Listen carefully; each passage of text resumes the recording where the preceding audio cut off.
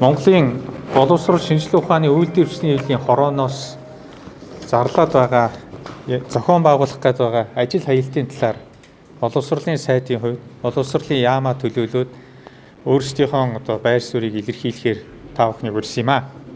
За нэгдүгээрт энэ бид бас энэ тавьж байгаа үндсэн шаардлагуудыг нь бол та бүхэнд хэлье.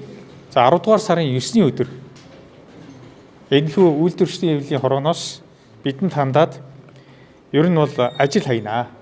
10 дугаар сарын 15-6-наас эхлээд ажил хаянаа. Яагаад гэвэл багш нарын үндсэн цалин 3.5 сая хүрэх гэсэн энэ шаардлагыг бол та нар биелүүлэхгүй байна гэсэн. Ийм шаардлагыг тавьж ажил хаях ийм мэдээлэлээ нааш нь ирүүлсэн. 10 дугаар сарын 8-ны өдөр өмнөх өдөр нь Монгол улсын ерөнхий сайд сангийн сайдтай өнөөдөр суулт хийж байгаа багш нарын төлөөллийг уулзуулсан. Энэ үйлдвэрчлийн хорооны дарга цогт гэрэл, гал бодрох, за ингээд саран цэцэг гэдэг асуудал хариуцсан үйлдвэрчлийн хорооны удирдлагуудтай нь уулзуулсан. За үүний үр дүнд бол засгийн газрын зүгээс энэ төсөв хэлцэж байгаа энэ үед цалин нэмэхтэр бол дэмжсэн. Бид өнөөдөр төсөвт нэг 100 тэрбум төгрөгийг суулгасан байсан. Үүн дээрээ нэмэх нь гэж яагаад ерөнхий сайдын зүгээс бол за 1 сарын 1-ээс аль болохоор багш нарынхаа цалин 1 сая 850 мянгаар үндсэн цалингийн тооцоо. Энэ бол одоо байгаас 25% нэмэгдэх гэсэн шууд.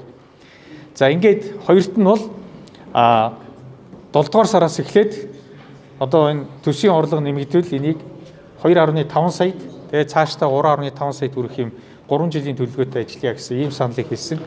Гэвч харамсалтай нь үйлдвэрчлийн хэвлэлийн зүгээс шууд 3.5 саяыг шаардаж маргааш өдөр нь яаманд ийм ажил хаях тухай мэдээлэл ирүүлсэн бол хуулийн харамсалтай үйл явдал гэж харж байна. Энэ бол өнөөдөр Монгол улсын эдийн засгийн нөхцөл байдлыг огт харгалзаагүй. Өнөөдрийн ийм хүнд нөхцөл байдлыг далимдуулж зүгээр улс төр хийж гэнэ гэж үзэхээс өөр ямар ч арга алга. Өнөөдөр эрх баригч нам дотроо задарсан, хагарсан улсын хурал, засгийн газрын хувьд ажлаа явуулахад хүндрэл бэрхшээлтэй ийм үе зүгээр улс төрж гэнэ гэж харж байна. Ийм учраас үйлдвэрчлийн хэвлэлийг бол энэхүү шаардлага дахин харж үзээч. Цалин нэмэх тал дээр бол бид адилхан байр суурьт байгаа. Бие биенээ дэмжиж явж болно. Хүн хэлээрэ гэдэг, мал хөлөөрөө гэдэг. Ярилцаад шийдвэрлээд явъя гэсэн саналыг хэлээд байгаа. Хоёрдугаарт 10 дугаар сарын 9-ний өдөр ингэж ажил хаялт зарласан явдал бол мэдээлэл ирүүлсэн явдал бол 10 сарын 15-наас эхлэн зарлана гэдэг ингээд энэ бол өөрөө хууль зөрчсөн үйлдэлийг хэлэхээс өөр аргагүй. Нэгдүгээрт хөдөлмөрийн ийм маргаан үүссэн тохиолдолд 3 үе шаттай явж идэг. Эхний үе шат нь хамтын ийм хэлцээрийн дагуу ярилцаад явна. Тэгээ шийдэхгүй бол зуучлагч авчирна. Зуучлагчаа томилуулаад ярилцаад тэнд шийдэгдээгүй тохиолдолд дараа нь хөдөлмөрийн арбитрт хандаж энэ арбитр явж явах явцад бол хөдөлмөрийн тухай хуулийнхаа 28 дугаар зүйл заасны дагуу аль тал нь бол ажил хаялтыг хийхгүй гэсэн. Энэ бол хууль бус ажил хаялт болчдөг. Ийм байдаг. Өнөөдөр тогтоол нь ирсэн. Арбитрийн тогтоол яг өнөөдөр ирж байгаа. Нийслэлийн хөдөлмөр нийгмийн түншлэлийн 3 талт хорооны тогтоол 10 дугаар сарын 10-ны өдөр дугаар 08 гэж.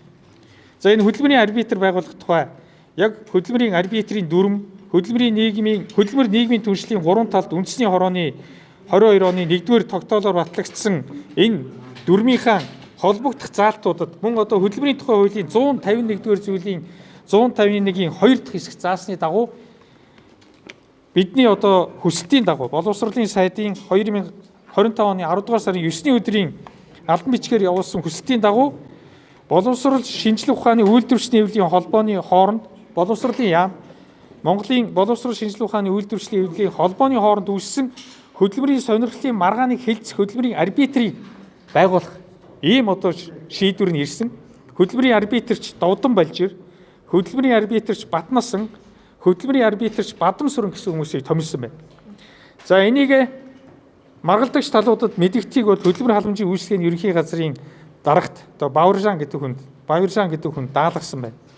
За ийм нийслэлийн хөдөлмөр нийгмийн түншлэлийн 3 талт хорооны дарга нийслэлийн засаг даргын орлогч Амар Төвшингийн зурсан юм бичиг ирж байна.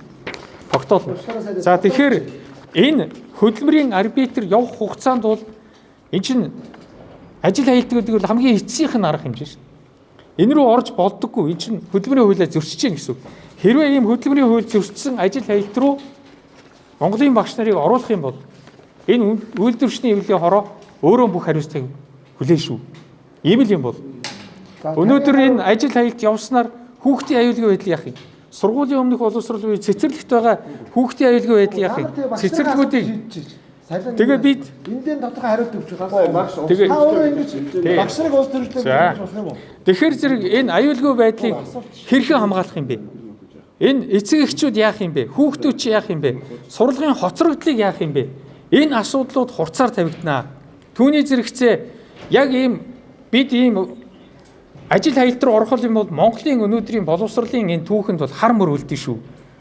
Ажил хаялтаас олигтой юу ч гарахгүй. Бид ярилцаад цалингийн нэмэх талаар ажил хэрэгч уулзалтыг ерөнхий сайттай уулзуулж энэ талаар тодорхой шийдэлт хүргэх гээд явж байгаа ийм үед мөн одоо төсвийн санхүүгийнх нь их усрыг тооцож тэрийг туслахаар сангийн яамтай ярилцж байгаа ийм үед хөдөлмөр нийгмийн хамгаалал гэр бүл хөдөлмөр нийгмийн хамгааллын яамтай ярилцж байгаа ийм үед шууд ажил хайна гэдэг бол энэ боломжгүй зүйл гэдэг. Энэ хууль бус ажил хаялт бол ийм үндслийг нь бид сая хэлсэн болно.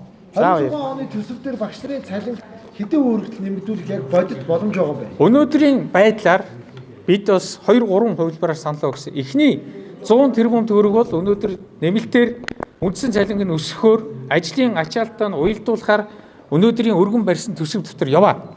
За цаашаага бид хэрвээ багш нарын цалин үе шаттай нэмэгдүүлнэ гэвэл энэ тоог 560 тэрбумд хүрэх шаардлага байна. Ингэжээж 25% нэмэгдэл рүү орно. Ийм нэмэгдэлтэй ийм үндсэн цалин хийхийн тулд цаашаага энэ санхүүгийн тооцоог хийж байгаа юм аа. Энэ дээр бас үйлдвэрчний өөрөө оролцож энэ ажлын хэсэг дээр өөрөө оролцож ингэж явсан ийм байгууллага өнөөдөр ингээд хууль бус ажил хаялт руу өнөөдөр Монголын багш нарыг сургуулиудыг цэцэрлэгүүдийг ингэж одоо түлхэж байгаад бол харамсаж байгаагаа илэрхийлж байна. Улс төрчлөө гэж шүү дээ. Танд яг улс төрчсөн ямар баримжтай байгаа. Багш нар ч одоо ажил хаяад цалингаа нэмүүлэх гэсэн багш нар яагаад улс төрчнө гэж. Гэхдээ энэ одоо шууд 3.5 сая үндсэн цалинд хүрэх гэж байна. Одоо шууд энэ 26 оны төсөв дээр. Энэ дээр бол өнөөдөр 2.8 их 80 төгрөг үндсэн бид цалинд нь зарцуулж байгаа. Өнөөдөр 94 мянган хүн энэ салбарт байж байна. Энэ 2.8 их 80 дээр нэмэх нь 3.3 их 80 төгрөгийн санхүүжилтийн их усүр байж бид энэ хэлээд байгаа 3.5 сая гэсэн үндсэн цалингийн энэ нэмэгдэл рүү орох юм. Нэмэгдэл. Тэгэхээр зэрэг эсрэг мэдээлэл энэ хууль бус ажил хаялт болно шүү гэдгийг анхааруулж хэлж байна. Эсрэг хэлж байгаа юм ерөөсөө биш. Бид цалин нэмэхийн төлөө явж байна. Гэхдээ өнөөдөр санхүүгийн их усүр энэ бүх зүйлийг бид одоо яг хуулийн дагуу хийхгүй бол их усрээ нарийн тооцож хийхгүй бол ийм боломжгүй шаардлага тавиад байх нь бол буруу байна гэдгийг хэлж байгаа нь бид багш нарын эсрэг биш шүү. Үйлдвэрчний хэвлэлийн өнөөдөр буруу удирдах байгаа энэ удирдлагыг л бид шүүмжилж хэлж байгаа. Үйлдвэрчний хэвлэл зөв шаардлага тавьсан шүү дээ. Тайван жагсаал хийсэн, суул зарсан. Хуулиндаа байгаа шүү дээ. Хуулиндаа байгаагаар бол би түрүүнд хэлсэн доржоо. Би түрүүнд юу гэж хэлсэн бэ гэхээр нэгдүгээрт хилцдэг юм аа. Хоёрдугаар зуушлагч томилд юм аа. Энэ хоёр процесс нь явцсан. Одоо арбитрийн шүүхт хөдөлмөрийн арбитрчийг томилоод талууд хилцэхтэй энэ процесс дээр нь ажил хаялтыг зарлж болдгоо маа гэж хэлж байна. Энэ хуулиар зөрчил зүйл болно шүү. Тэгвэл одоо 10 сарын 15-нд багш нар ажил хайна гэдэг байгаа. Тэгээд тэнд орсон хүмүүс яг ажлаас хамгаалдаг юм уу? Яг би яриаггүй. Энэ дээр цалин хөсний асуудал хамгийн хүндээр тоосон. Хоёрдугаарт багш нар бол зээлтэй байгаа. Ер нь хөдөлмөрлж байгаа бүхий л хүмүүс зээлтэй байгаа. Хэрвээ энэ хууль бус ажил хаялт бол энэ бүх санхүүжилтийг яах юм бэ? Мөн одоо үйлдвэрчний өөрөө хариуцах юм уу? Ажил хаялтын сан байгаа мó? Ийм л ямиг би хэлээд байгаа юм. Энэ хууль бус ийм ажил хаялт руу багш нарыг оруулж болохгүй гэдэг л энэ байр суурийг илэрхийлж байгаа шүү. Танаас дахиад юм хатгуулын